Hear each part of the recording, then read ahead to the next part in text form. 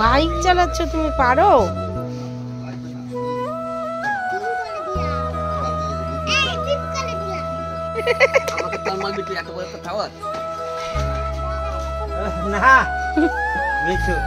এখনকার মেয়ে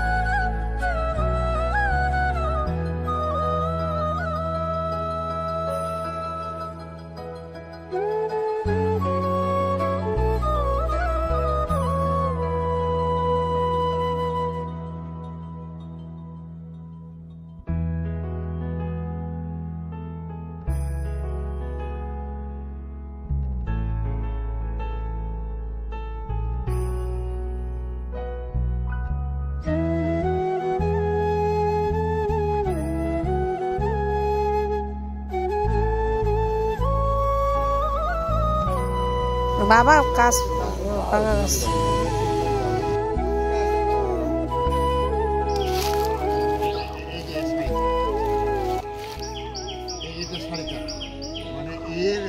এইখান থেকে 1.5 ফিট তোমার ছাড়া 1.5 ফিট ছাড়া 1.5 ফিট ছাড়া মানে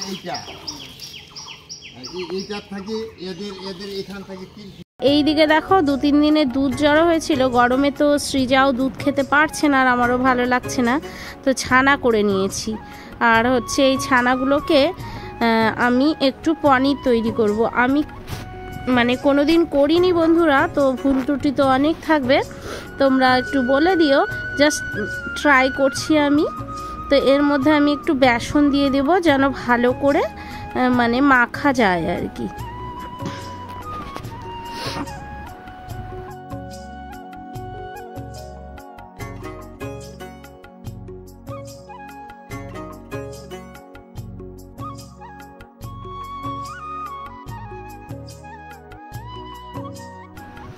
তো দেখো বন্ধুরা মাখা হয়ে গেছে, আর আমি এটি গ্লাসের পেছনটা দিয়ে এইভাবে বেশ ভালো করে একটু ম্যাগনেট করে নিচ্ছি।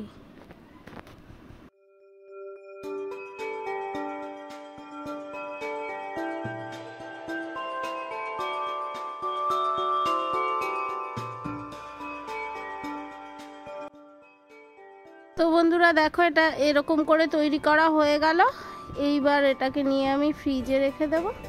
ফ্রিজে কিছুক্ষণ ডিপ ফ্রিজে রাখলে বেশ জমাট বেঁধে যাবে। তারপর কেটে কেটে একটা পনিরের রূপ নিয়ে নেবো। আর আমি এদিকে এসে আলু টালুগুলো কেটে নিই, বেগুন ভাজবো। আর দেখো আমার হয়ে গেছে মোটামুটি 1 ঘন্টার মতো ছিল। তো চলো দেখি কতটা জমাট বেঁধেছে। মনে হয় ভালো রকম জমাট বাঁধেনি।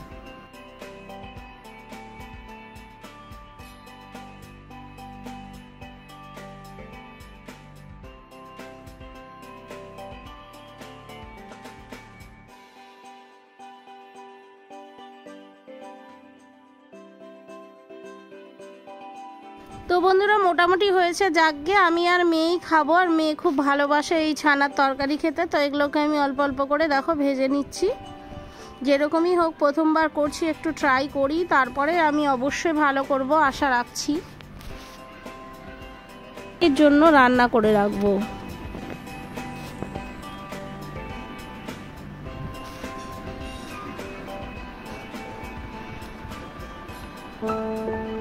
আর এখানে আমি শসা কাটছি, সিজাকে শসা আর মুড়ি দেব।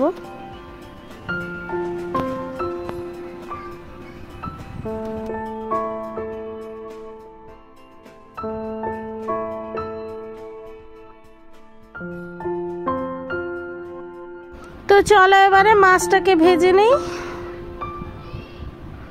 আর এখানে দেখো মাছ ভাজা হয়ে গেছে, আমার ঝোলও প্রায় রান্না মোটামুটি কমপ্লিট।